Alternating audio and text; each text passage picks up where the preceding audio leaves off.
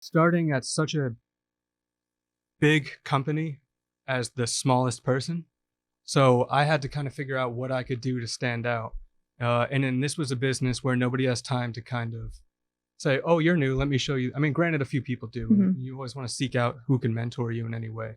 But the news keeps moving, so there was no way to stand out. Um, so I would just and the answer was I would constantly go the extra mile in any way, in any situation. If someone needed help with a story, I would raise my hand. Investigative reporters oftentimes put hours and hours and hours just putting data into a spreadsheet, and nobody wants to do that. So guess who did? Several times, and I still do. Yeah. Um, Something would happen. It'd be 15 degrees outside. A water main breaks, or there's a shooting somewhere.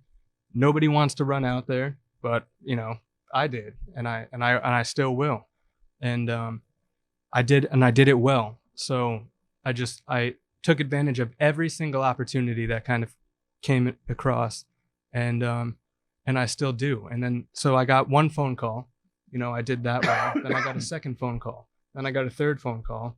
And then now they're not calling other people before me. Now I'm going to places when it's not just 20 degrees and So but what's important I think about that was I started to build that momentum when I was still here at Brooklyn College. When we were working on the newspaper, I would always think to myself, how could I find a job after this that means something to me? How could I, what's my next step and how can I just get there? And it would always be go that extra mile. What can I do today that'll put me in a better position tomorrow? What I would stress most is just experience in anything.